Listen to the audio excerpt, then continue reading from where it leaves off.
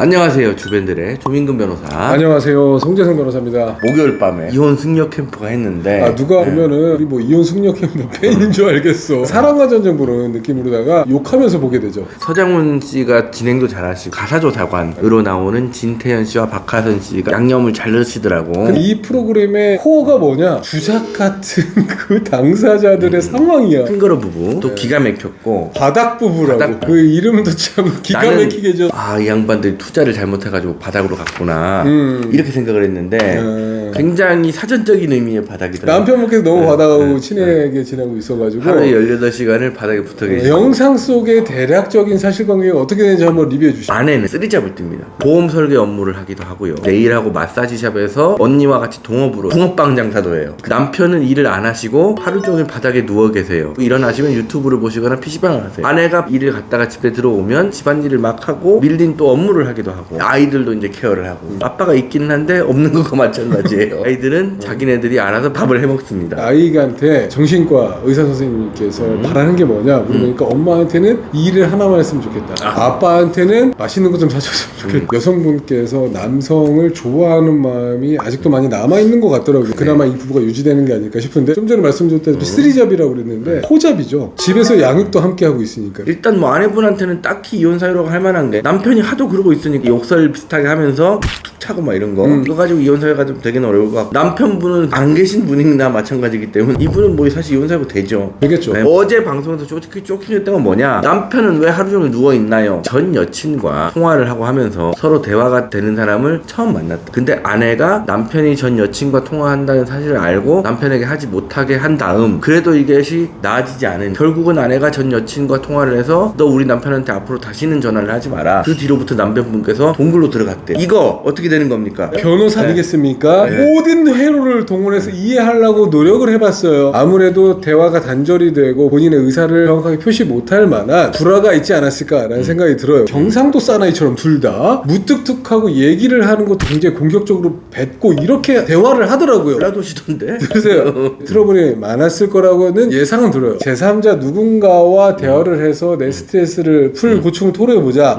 라고 했던 게 공교롭게도 전 여자친구가 되지 않았을까. 그러니까 아내한테는 막 해도 된다 이런 얘기시네. 뭔 헛소리야. 그게 공교롭게도 전 여친이다 보니까는 많은 사람들이 이해를 못하고 저마저도 이해를 못할 뻔했어요. 여친을 다시 소개해주면 되겠네. 예? 그건 지금 남편이 물론 동굴 얘기야. 밖으로 나오는 데는 조금 뭐 영향을 미칠 수가 있겠죠. 이 아내분이 전 여자친구한테 상간녀 소송 하고 싶은데 어때요? 할 수 있어요? 갑자기 정신 차려.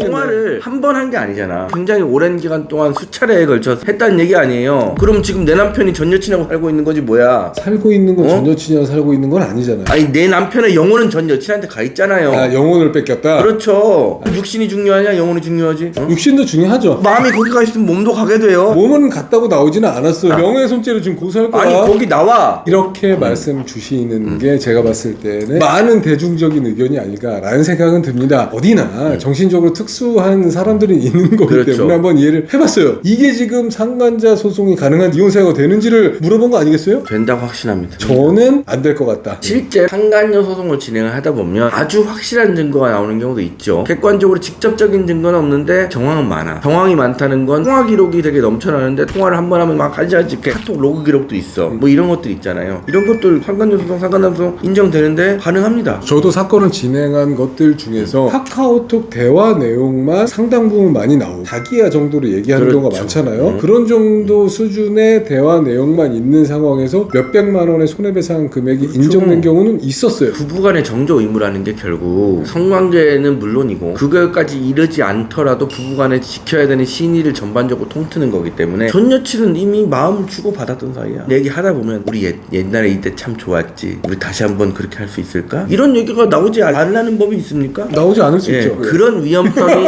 도사리고 있는 관계이기 나오지 않아요. 때문에 연락을 하는 순간 바로 상관이. 이런 사고방식 자체가 저는 굉장히 위험하다고 봐요. 너는 어지간히 몰랑몰랑한가? 이 5단계가 불법행위가 되니까 1단계부터 막아야 된다. 그럼 태어나질 말았어야지. 이런 개변을 기백이 또 본인이 개변이지. 아니 상당한 기간 동안 전 여친과 오랫동안 통화를 하면서 전 여친하고 연락하지 말라는데도 계속 했다. 이런 것들이 전제되어 있기 때문에 이 정도면 구체적인 타당성, 이 사건 내용, 그 남편의 행동, 거에 맞춰서 판단해 한잔 해야죠. 보면서 네, 꼭 네. 얘기를 하고 싶은 게 저랑 대화를 할 때 꼭 빠져있는 게 있어요. 아이에 대한 처우나 이런 거에 대해서는 아예 이런 방구가 없으셔가지고 너무 안타까워. 왜냐면 여기서 피해를 보는 거는 당사자는 피해를 본다는 생각 자체가 안 들어요. 내가 소시오패스인지 뭐 사이코패스인지 몰라도. 네. 근데 그 중간에 아이들은 완전히 그 자체만으로도 그렇죠. 시궁창이라고 표현하면 너무 과한가요? 정신과 의사 선생님은 학대에 대한 정확한 정의와 법률상 그 규정을 모르시니까 요거는 폭력이다. 더 나아가면 학대다. 이렇게 표현하고 계신데 사실 법률상 규정을 저희가 알고 있는 상황에서는 도대체 부모가 더 이상 학대할 게 뭐가 있나요? 남편 같은 경우에는 아예 누워서 안 일어나잖아요. 병원에도 귀찮아가지고 데려가지도 않고. 2달 동안 지금 감기 걸렸다는데 아기를 병원에도 한 번도 안 그러다가 폐렴으로 발전하고 폐렴으로 발전했느냐 발전하지 않았느냐에 따라 학대를 기준으로 두는 거예요? 아니잖아요. 아니죠. 애가 지금 아파가지고 병원이 절실히 필요한데 2달 동안 귀찮아서 병원 안 데려갔다. 애가 다리가 부러져서 깁스도 하고 있더라고요. 그 방치로 인한 이건 학대가 아니면 학대가 도대체 맞죠. 우리나라 가정법원에서 사실 부부가 이혼을 할 때 부부가 뭐 재산을 얼마를 나눠갔든 위자료 얼마를 주든 법원 별로 신경 쓰지 않습니다. 법원이 가장 중요하게 생각하는 건 아이의 복리예요. 누가 양육을 하는 게 아이들에게 더 나을까? 양육비를 얼마나 듬뿍 줄 수 있을까? 면접교섭권은 어떻게 행사해야 좋은 말씀 왜- 감사하고요. 네. 결론을 냅시다. 이 부분은 이혼을 하는 게 낫지 않을까. 아이의 복리를 위해서 할머니 할아버지들의 도움을 좀 받으면서 청결하게 살고 엄마가 일도 좀 줄이고 알뜰하게 살면서 이렇게 하는 게 낫지 않을까라는 생각이 듭니다. 조 변호사님 어때요? 아니 100% 이혼이지. 근데 영상에서 나오는 거 보면 아내분이 남편을 많이 생각하더라고요. 남편이 전혀 바뀔 기미를 조금도 보이지 않다가 마지막에 이렇게 둘러싸가지고 공부를 해서 나오지마 하는데 아내가 나와 이제 나와 아내가 사랑꾼이더라. 밑으로 이렇게 기어서 나왔어. 두 사람이 포옹을 했단 말이에요. 그러니까 나오는 것도 바닥으로 제일 중요한 거는 마음 아니겠습니까? 네. 바꿔보겠다는 의지가 그래도 보였고 보였기 때문에 아내는 받아주고 내가 도와주겠다라는 마음이 충분하게 있었기 때문에 한번 잘 살아보시라. 됐습니다. 우리 자신도 한번 돌아보고 이런 시간이 되었는데 궁금한 점들이나 댓글로 달아주시면은 답변 드리도록 하겠습니다. 오늘 차는 여기까지 하도록 하고 구독과 좋아요 눌러주세요.